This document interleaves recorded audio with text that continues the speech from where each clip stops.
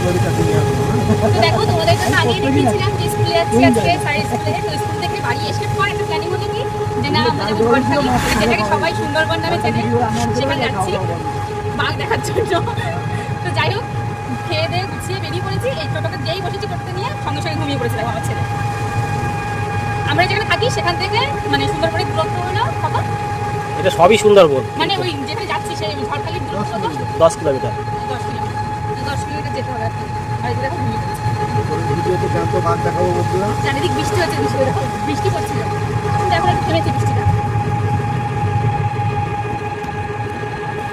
এই প্লেয়াররা সামনে নাকি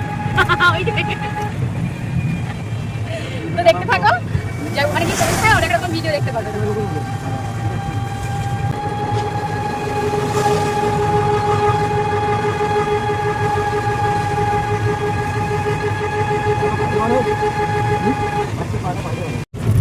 এইটা দিয়ে নাকি? ওই জেটি ঘাটটা ওই দিক যাচ্ছে তো। আমার জেটি ঘাটে যাবো।